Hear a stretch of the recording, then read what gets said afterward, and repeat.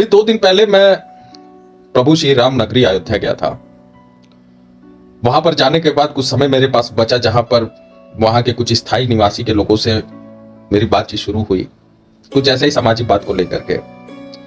बात होने के बाद मुझे ऐसा एहसास हुआ कि वहां के जो स्थायी निवासी हैं, अधिकांश लोग खुशहाल नहीं है। काफी दुख है और काफी पीड़ित में लोग चले रहे हैं। खैर, बातचीत होने के बाद फिर मैं अपने घर की तरफ आया तो मेरे मन में 3-4 सवाल काफी तेजी से चलने लगे और ये कहीं ना कहीं शायद संदेह भी पैदा करने लगा कि अयोध्या प्रभु श्री राम की नगरी है, जहां पर प्रभु ने जन्म लिया। और जिस स्थान पर प्रभु ने जन्म लिया तो जाहिर सी बात है वहां के जीव जंतु, मनुष्य, इतना तक कि वहां की नदी, अग्नि, वृक्ष, पशु, सबको खुशहाल रहना चाहिए, क्योंकि वो एक प्रभु का स्थान है।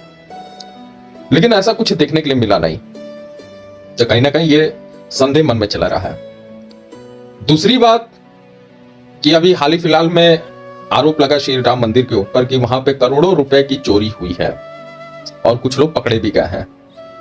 तो फिर मेरे मन में एक संदेह हुआ कि प्रभु जब अपने घर को नहीं सुरक्षित कर पा रहे हैं तो हमारे और आपके घर को क्या सुरक्षित करेंगे।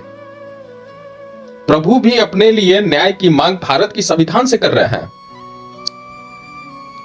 तो यह भी कहीं ना कहीं एक संशय का विषय लग रहा है कि भारत का संविधान बड़ा है कि भारत में देवी देवता बड़े हैं। तीसरी बात मेरे मन में आई कि एक और आरोप लग रहा है कि वहां पर एक महिला गई, जहां पर वहां के कथावाचक बाबा है जिसने उस महिला का 1 साल तक रेप किया और सोना वोना भी ले लिया गया, ऐसा भी आरोप आ रहा है।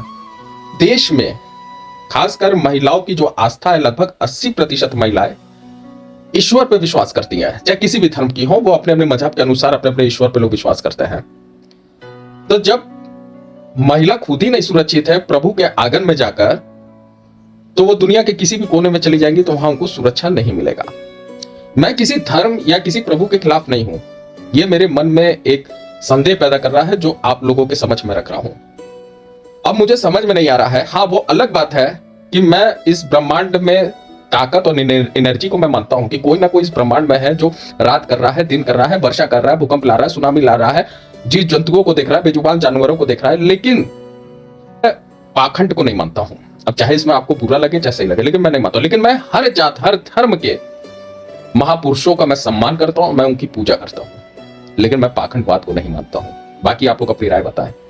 बहुत बहुत धन्यवाद। नमस्कार।